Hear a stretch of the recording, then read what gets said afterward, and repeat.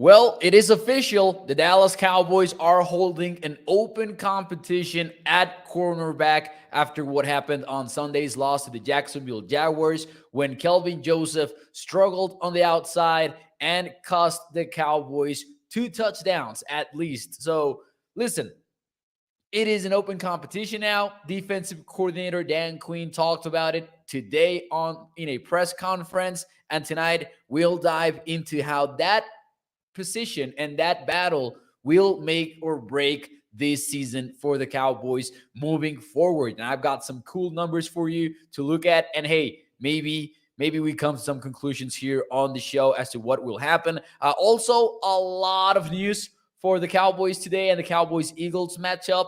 News on Leighton Vander Esch, on Jalen Hurts, and what it means moving forward. Plus, Jason Witten is on the news, and he is back on the national spotlight. And it's actually a pretty cool story. So we'll get into that on tonight's episode of A to Z Sports Dallas Primetime. And as we do every Monday, we will also get into the Overreaction Monday segment, which is always one of my favorites. So welcome everyone into the show. Do me a favor and hit the like button. Share the stream. If you're watching on Facebook, YouTube, or Twitter, let your friends know about A to Z Sports Dallas Primetime.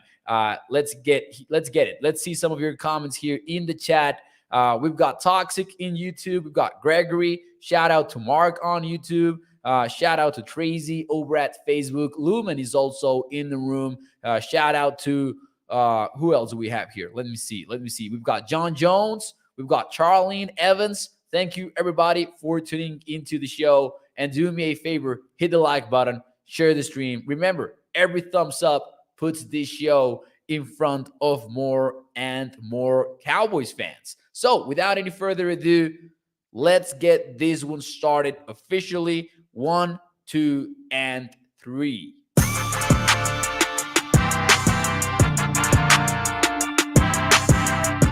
What is up, everybody, and welcome into A to Z Sports Dallas Primetime. I am your host, Mauricio Rodriguez, streaming with you live every Sunday through Thursday night at 8 p.m. Central here on Dallas On Demand Sports Talk Network. With a lot more content coming your way, make sure that you check out atozsports.com/Dallas for Cowboys articles and analysis, news, and opinion.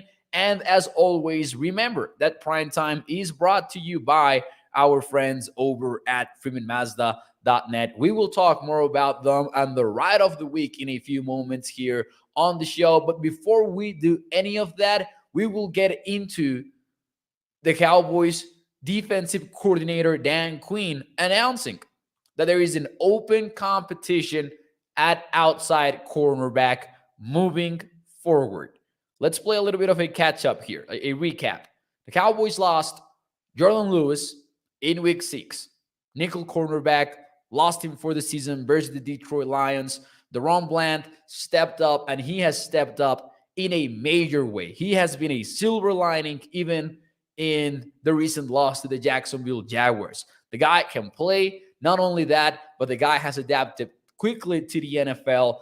And although he is one of the most targeted nickel cornerbacks in the NFL, he is not letting QBs get away with it. He's not buckling down to the challenge or anything like that. Then, a few weeks later, Anthony Brown goes down for the season as well. And the results have not been the same for the player trying to replace him. Kelvin Joseph has been an issue for the Cowboys. This was specifically a huge test for him as the Cowboys were facing a quarterback and a head coach in Doug Peterson that knows how to take advantage of those absences, that knows how to hit that easy button time and time again. And although they only targeted Kelvin Joseph directly twice, he gave up 69 yards and 2 touchdowns in those 2 catches that he allowed. It was a total of 3 targets, actually, now that I think about it. But clearly, the Cowboys need to figure this one out. Cowboys need to figure out who's their best shot at having quality play at outside cornerback. My question from me to you is, who do you think ends up being the starting cornerback moving forward? The Cowboys have Kelvin Joseph, Nashawn Wright, who benched Kelvin Joseph at one point versus the Jaguars?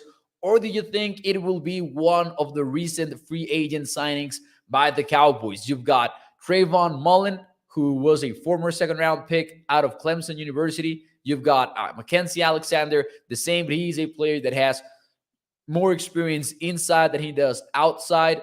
So kind of an issue there maybe with the transition. And you've also got Kendall Sheffield, former Atlanta Falcon, knows Dan Quinn's defensive style and has trained outside since the moment that he signed with the team. Who do you think ends up being the answer for the Cowboys secondary? Let me know. You might think that it will be Kelvin Joseph. You might think that it will be Kelvin Joseph. Now, Gregory says it's got to be DaRon Bland, says Gregory. And I don't know if it should be DaRon Bland. I am comfortable with DaRon Bland staying inside. And I know that we think of the slot cornerback sometimes as a number 3 cornerback in the NFL. That's not the case anymore. The nickel cornerback has become one of the toughest positions in the sport. Bill Parcells this offseason called it the most important position in the NFL, defensively speaking, even more than the edge rusher. You might argue with that, but at least, just to paint a picture as to how important it is, I am comfortable with Bland staying inside because one, and I didn't feel this way a couple of weeks ago because I didn't know that Bland was going to be this impressively consistent inside. But now that I have pretty much no doubt as to how he's playing at, in the nickel, I am fine with the Cowboys, just doing their thing and letting the rookie stay where he has looked good.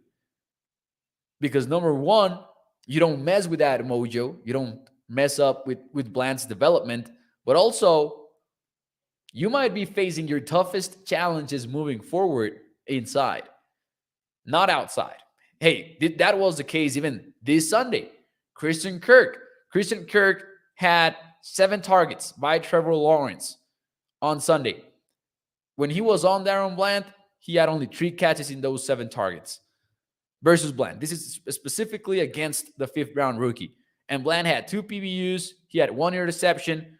And then versus Kelvin Joseph, and then just Kelvin Joseph by himself, 2 catches allowed, 2 touchdowns, 69 yards total. Those are the numbers, some of the key numbers for your cornerbacks by your Dallas Cowboys cornerbacks, Let's see some other of your answers here. Who do you think ends up being the starter outside?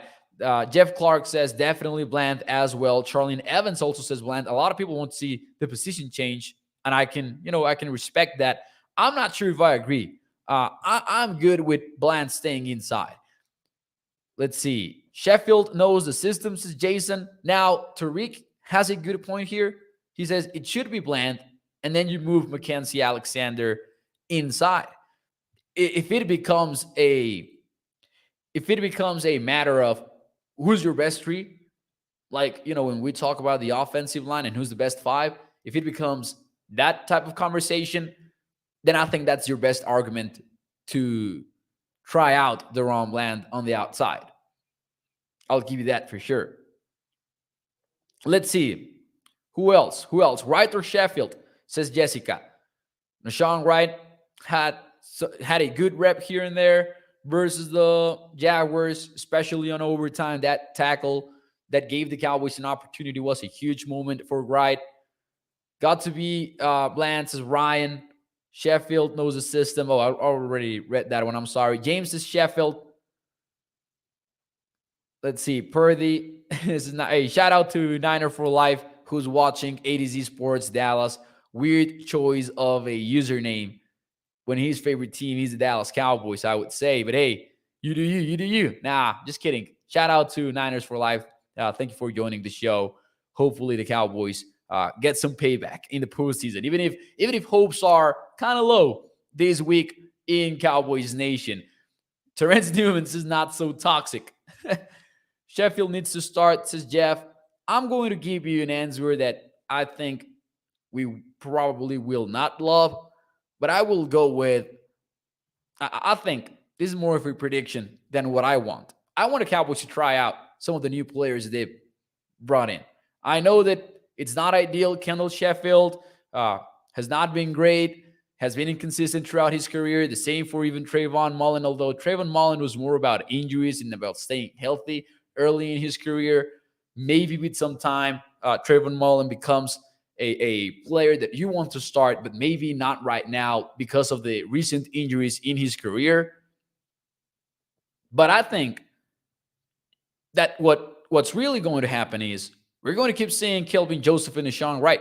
And those are the two guys that are going to fight for the role. And maybe none of them ends up with the starting role 100%. Maybe they keep splitting reps and they have a rotation going on at that position. That's not ideal, but you're not supposed to get ideal when 2 out of your 3 starting cornerbacks are injured.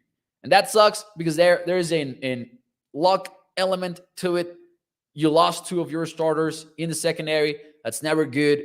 But that is the position that the Cowboys find themselves in. Like, we can hold it against the Cowboys that they didn't fully prepare at wide receiver, that they let Amari Cooper go, and then they find themselves in this uncomfortable spot at wideout where you have Noah Brown making some plays, but you also have the inconsistencies. And you can hold it against the Cowboys that they let Lyle Collins go, that you hurt your depth at offensive line. You can hold all of that against the Cowboys. I'm not entirely sure if you can hold it against them that they didn't fully prepare at cornerback, because we felt good about the depth at corner. You just got unlucky at the position, and 2 of your top 3 guys are missing. Fortunately, Trevon Diggs is not one of them, because you got to respect what Diggs has done in the absence of Jordan Lewis and Anthony Brown. Diggs has become the corner that we wanted him to be last year when we were having this endless discussion about the interceptions and whether he was good or bad or great or elite. And now we're seeing the version of Trevon Diggs that we don't see him too often, period. We don't hear about him during the game too often because quarterbacks are not looking his way. You've got to respect that for sure. But hey, I think that it will be between Kelvin Joseph and Deshaun Wright. Toxic says, Mo, are you done with KJ? We have very little to feel good about when it comes to Kelvin Joseph. But I'm not done just based on the fact that who else are you going to play? I don't think that the Cowboys have a lot of good options. And just because of that, I'm not done with KJ. I don't think that the Cowboys can afford to be done with KJ. But give me the rest of the players as well. Like, let us see them. Like, play them. Let's see what happens. And unless, Trayvon Mullen and Mackenzie Alexander and Kendall Sheffield are all stinking it up in practice, which could be a possibility. We don't get to see any of that. And maybe that's why they're not getting involved yet. Or maybe it's just about a ramp-up period since they're late additions to the team. We'll see. But the thing is, you've got 3 weeks to figure it out. And here's what I wanted to get to. And this is perhaps the important part of the show. You need to figure it out because let me read you some stats. The Cowboys love to load the box. They love to do it. They do it at the 2nd highest rate in the NFL. That's allowed them to look a little bit better against the run. That's why they're not getting gashed versus the run. 2nd highest rate of stacked boxes in the NFL. They play 1 high shell coverages at the 3rd highest rate in the NFL. And they play middle of the field closed, which means they've got that post safety up there while the other safety is near the box at a 50% clip. That is 11th highest in the NFL. In other words, the Cowboys like to load up the box and they like to have 1 safety up high instead of 2 safeties up high. You're not going to be able to load up the box as much when your outside cornerback needs as much help as Kelvin Joseph Rashawn Wright, Sheffield, whoever it is out there needs right now. The Cowboys defense is not going to be able to do its thing in the secondary. And that's going to also affect your running game a lot. This is a decision that will make or break the season, and you've got 3 weeks to figure it out before the postseason. The Cowboys do not have time, and that is a major issue moving forward. That is the number one thing that concerns me about the Cowboys moving forward. Let's see. Shout out to AJ Torres. Thank you for joining the show. Thank you to James as well. He says, I agree. Figure it out fast, says Danny. No pass rush yesterday and no more than 1 sack by a supposedly doomsday defense. And I don't know if it's injury related or if it's maybe stamina related or overall game plan by opposing teams. But I do miss the world in which Micah Parsons was the walkaway defensive player of the year winner of the season. I don't think that we live in that world anymore. He might win it. He is definitely a top 2 candidate for the award. It is a 2-man race between him and Nick Bosa. But a few weeks ago, we were comfortable that was the Micah Parsons award. Heck, rename it. We thought. Rename the award to Micah Parsons. But right now, I'm not even sure if he's going to win it. And that is concerning because it's not that, Micah is getting pressures but not sacks. He's not getting a lot of pressures, period. And that also is a concern to me, the fact that the Cowboys are not rushing the passer. And it all goes hand in hand. If there is a hole in your secondary, then the pass rush will have a tougher time getting to the quarterback. Lawrence is a master maneuvering the pocket, by the way, Trevor Lawrence. And the Cowboys appear to have some pressures in that game, but Trevor Lawrence did a fantastic job getting away from them. But this has been a trend that has gone on for multiple games now, and that is the reason for concern, I would say. Let's see here. Mo, were we not saying even a year ago that Dallas needs to figure it out, says Tolia? Yeah, we were. The NFL is a league in which you need to figure out a lot of stuff consistently. That's the thing about this league.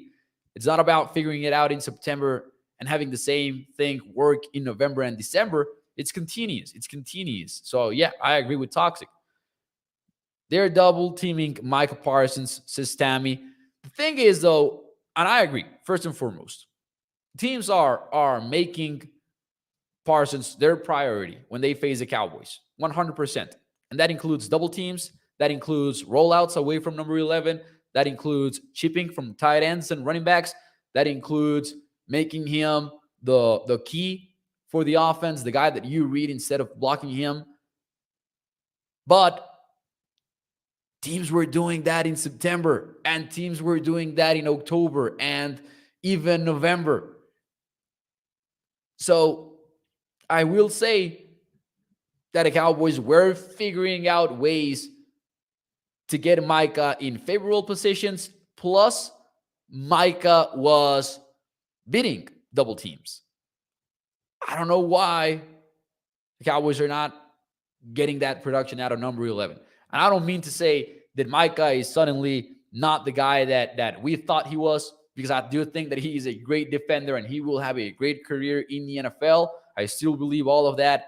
But over the last few weeks, that's something that has not been the same as at the beginning of the season, for sure.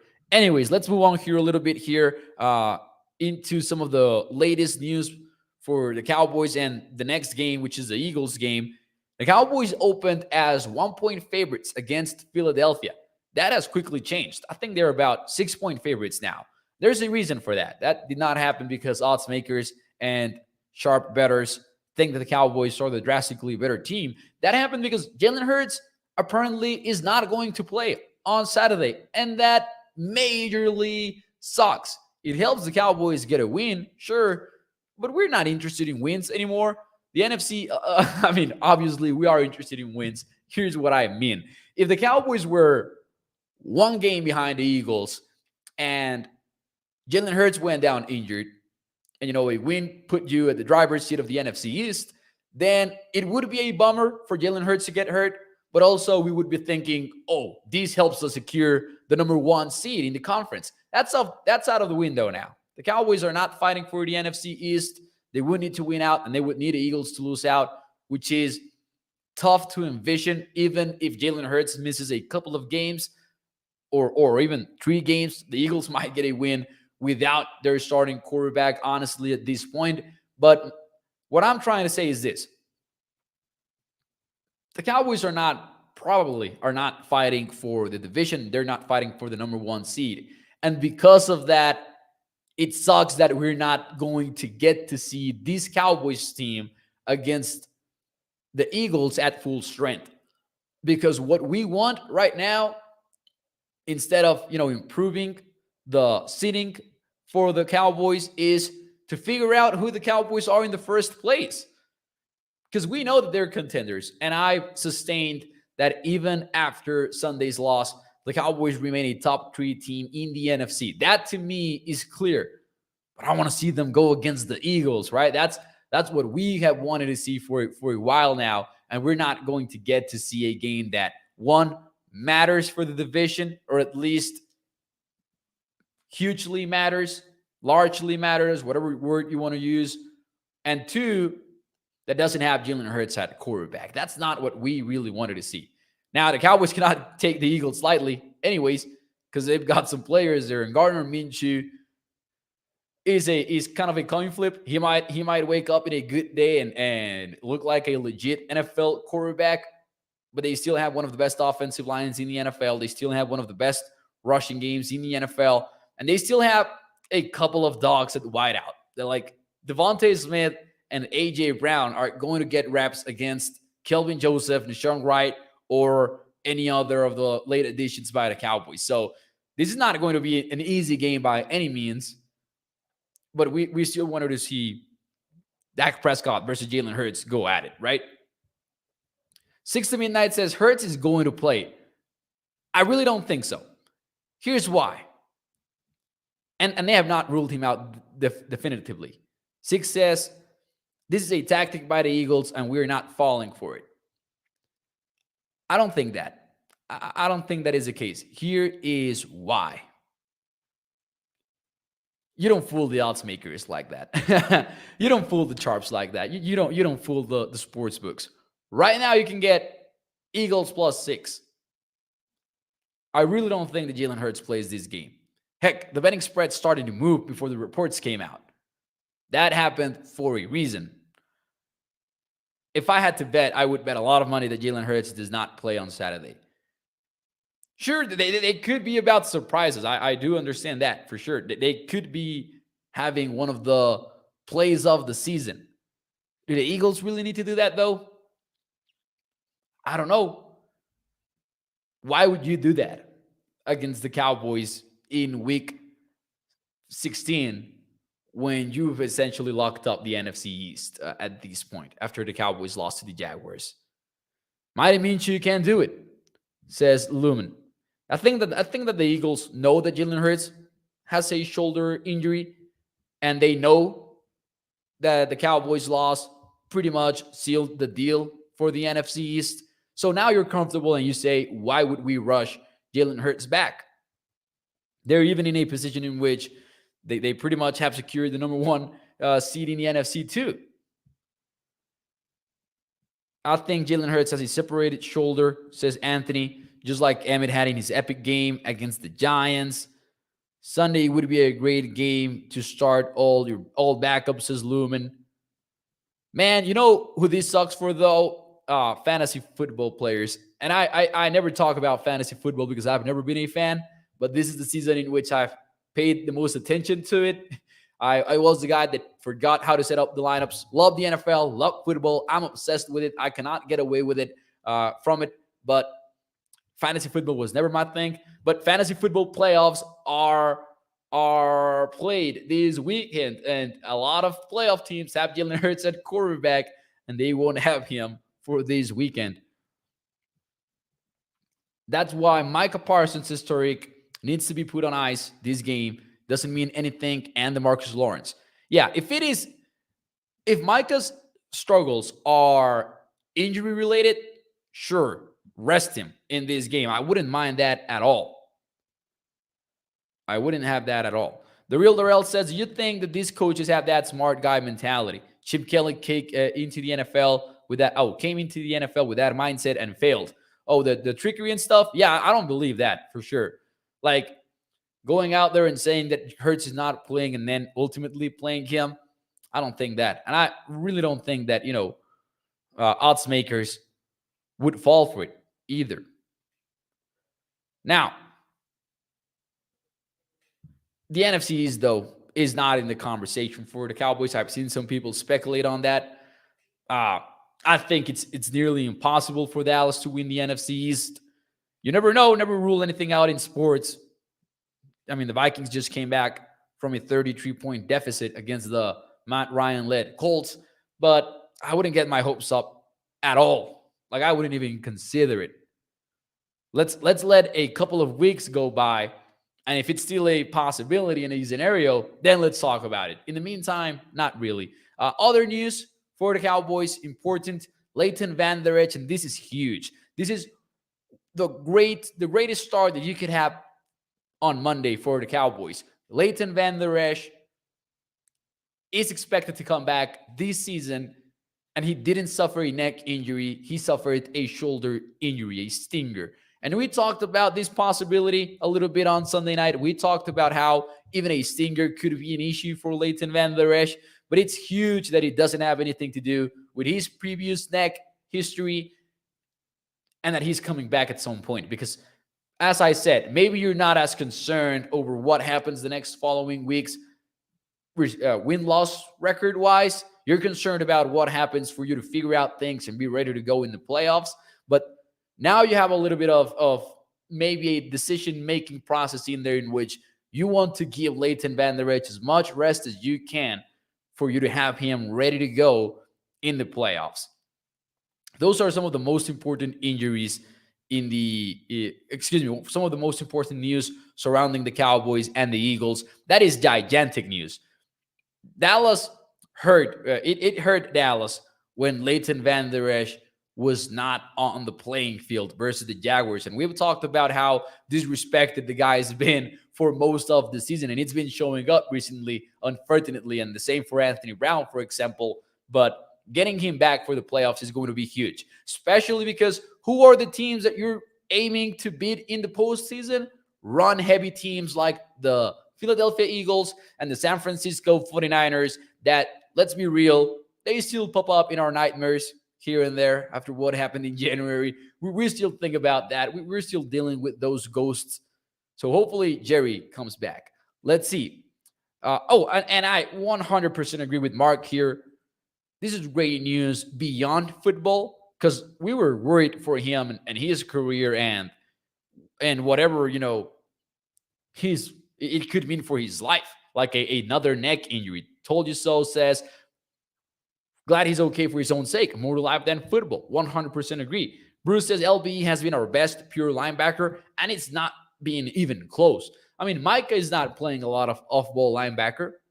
Could that change moving forward? Maybe. I don't know. Shout out to Jeff Cavanaugh. He talked about the possibility of maybe letting him play more off-ball linebacker to keep him a little bit fresher in pass rushing situations. Wouldn't rule that out. But when it comes to pure linebacker play, LB has been more than solid, I would say. He's been good to very good. If we split it into solid being average, maybe in good, very good, and elite, I would put him somewhere in between good and very good, honestly. Good year for him.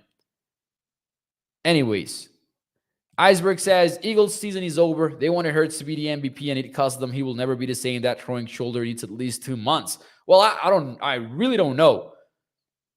I know that the official report is a couple of games, and doing the math, you could see the Eagles getting a month in there for Jalen Hurts. Like, they've got a bye week, and you still have 3 weeks left in the regular season.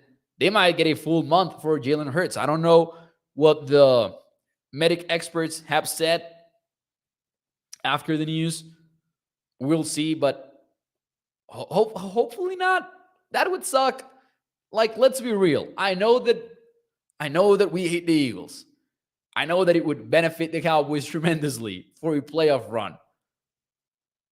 But also, it would freaking suck if Jalen Hurts had his season ended or something like that because of his shoulder injury this late in the season. I hate it when the NFL loses players like that. It definitely sucks. So hopefully not. I really do hope that Jalen Hurts plays in the postseason, and let's hope that the Cowboys end up beating them with Jalen Hurts at quarterback. That would be ideal, of course. Anyways, let's move on a little bit here before we get out of here. Just a quick note on Jason Witten. Jason Witten is back in the national spotlight, and this is a story that we've there were some whispers. We've heard about this for a while now. Maybe finally seems to be taking place. Jason Witten is about to become a head coach for a high school that is top 15 in the country in football. I'm talking about Lipscomb Academy. Top 15, they just finished an undefeated season. They've been to three straight state championships in Nashville. And this is a big school. This was tweeted out, by the way, by 104.5 The Zone's Brent Daughtery from Nashville. He tweeted out that former Dallas Cowboys and future Hall of Famer tight end Jason Witten set to accept the head coaching job for the renowned Lipscomb Academy. Some context here. Trent Dilfer coached Lipscomb Academy, and he was widely successful at it. He went 43-10 over 4 seasons there. They just, once more, they completed an undefeated season, 13-0, and they're currently ranked as a 14th best program in the United States. Now, he met with Lipscomb. He's now set to take over the job. Lipscomb will be making a jump in division. So I mentioned all of this as a cool sort of story for one of my favorite players ever, Jason Witten. That's the guy that made me like football maybe in the first place. And who knows, man? He had some success coaching Liberty Christian School in Texas. Now he returns to his native Nashville. He represented the Vols there. Remember, record-setting career for the school. Hey, Dallas Cowboys fans, Cowboys Nation, let's get ready to hear a lot more about Witten moving forward. Who knows? Maybe someday we end up seeing Jason Witten jump up to the FBS or something like that. Charlene says, is that the school that Dilfer used to coach? Yes, that is Trent Dilfer's Lipscomb Academy. He went 43-10 in the last 4 seasons there.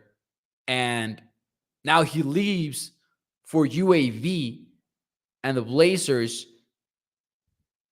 And now Jason Witten is set to take over. Now, there will be some names that will come out, among players that were on that, former players that were on that coaching search. Saying, keep an eye out for those reports. But we didn't beat out some names. This is no small deal here. Something to be in the lookout for. I'm just saying. I'll let you know. When those details come out. But he did beat out some high profile names. Probably higher profile than you're thinking about right now. You'll see. Anyways, good for him. Happy for Jason Witten. Love that guy.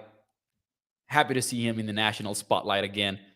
Seems like he is really a true football coach. Like, he has it in his blood. What can you say? Let's see if we see him at some point in a major college football program, even if it is as an assistant. I know that Zach Reagan from ADC Sports wrote about that today on the website in case you want to go check it out. But anyways, ladies and gentlemen, let's move on here a little bit. Final segment of the day. Let's get to Overreaction Monday here a little bit.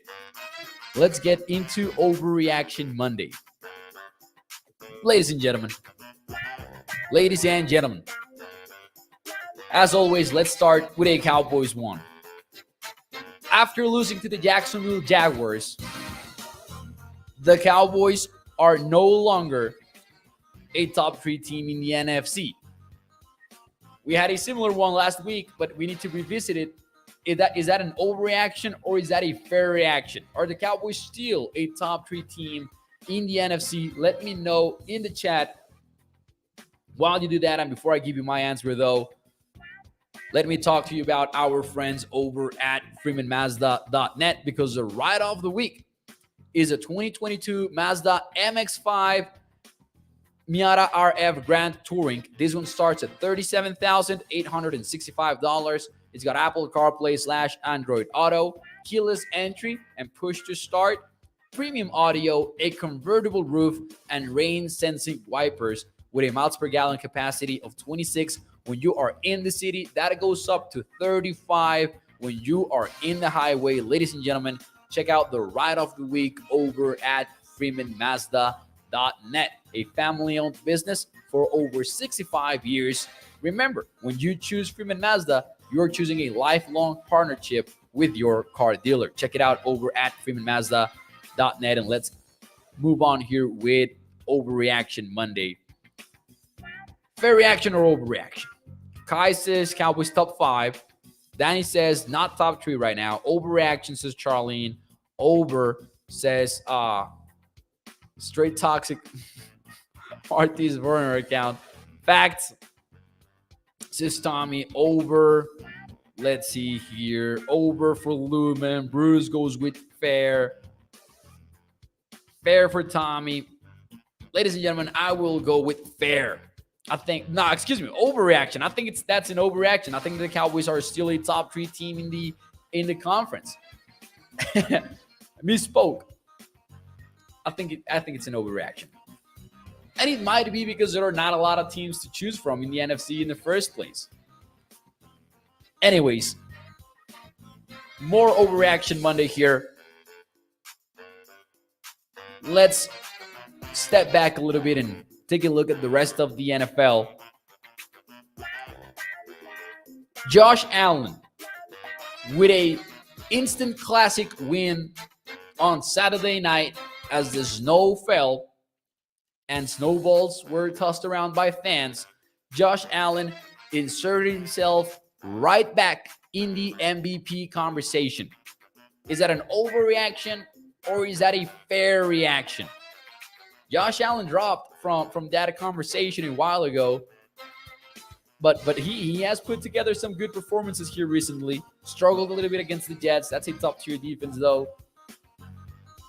Let me know, what is your answer there? Josh Allen, right back in the MVP conversation. I will go, personally, with fair reaction. I think it's a fair one. Jalen Hurts is a favorite right now, followed by Patrick Mahomes, and I get that for sure. But also, you can get some voters in there supporting Josh Allen a little bit, especially because the Bills demand so much from him on offense that you cannot ignore it at all. I will go with fair. Mark says Hurts will win it. Fair, says Gregory. Over, says Lunatic. Jose Guadalupe Vela says fair. Fair reaction for Roger. Fair for Bruce. Fair for Holly. Told you so says it's a QB award, so it's fair. Pretty much everybody went with fair on that one. The same for James here, Mark and Charlene. Hurts being out will hurt his numbers, says Anthony. And yeah, and unfortunately, recency bias is a big part of this award. So if he misses the rest of the season, it will definitely hurt Jalen Hurts' chances at the MVP. 100%. All right. One more here. Tampa Bay Bucks and Tom Brady lost to the Cincinnati Bengals after having a 17-point lead at halftime. Here is my question from me to you.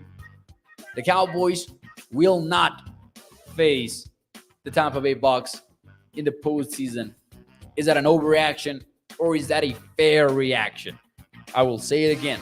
The Cowboys will not face the Tampa Bay Bucks in the playoffs. The rival that we've been thinking about for a while now. We had a show a couple of weeks ago stating why the Cowboys already knew who their rival was in the wildcard round. Is that an overreaction or is that a fair reaction? Ooh, this one is causing some controversy. We won the Panthers, is Chris.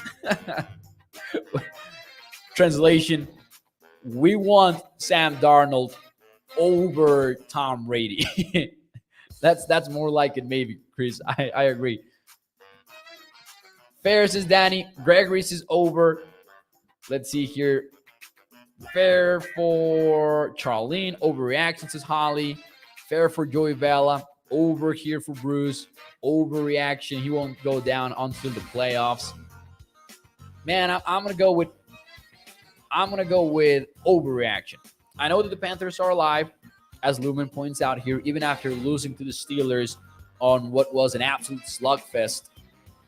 The Steelers had a 21-play drive on that one that took over 11 minutes off of the clock in the third quarter. That was crazy. But hey, fair, Carolina is still alive. I will go with overreaction, though. I think that this is still the Bucs division, not because they're good, because everyone else sucks even more. Falcons had Desmond Ridder make his NFL debut, and he didn't go as planned. Their defense still sucks. I don't know if I can trust Carolina. I don't know if I can trust the Saints. So I think that it might be the Bucs, and I don't think that the Bucs have shown enough for us to be legitimately scared of Tampa. But that's Tom Brady, and that's the same team that beat you in Week 1. They're vastly different teams now. Vastly different teams, both the Cowboys and the Bucs. But we know better than to assume that that's an automatic win for the Cowboys, even though I think that they should be favored and they should win in the wildcard round, whoever they face, because the NFC South does not have good football teams right now. Ladies and gentlemen, that will be it for me tonight here on ADZ Sports Dallas Primetime. As always, I ask of you one thing. Hit the like button. Hit the thumbs up. It takes 1 second to do it, and it is the easiest, biggest thing that you can do to help out the show. Do me a favor, hit the like button, share the stream. Thank you for choosing to listen to ADZ Sports Dallas Primetime every night at 8 p.m. Central. And if you want some recommended reading, go check out my article on the Jason Witten head coaching job hire over at adzsports.com/Dallas, with potentially more details to come as well in the website. Make sure you check that out. Excited for Gold Jacket Wit. Thank you for tuning in. Thank you, everybody, in the comments. I'm seeing all of your comments. Shout out to Gregory, to Holly, Lunatic. Hit the like button, says Lunatic, because you wouldn't like to see Mo angry. I don't know if you've seen me angry. Holly's later. Jeff's is good night. Charlene as well.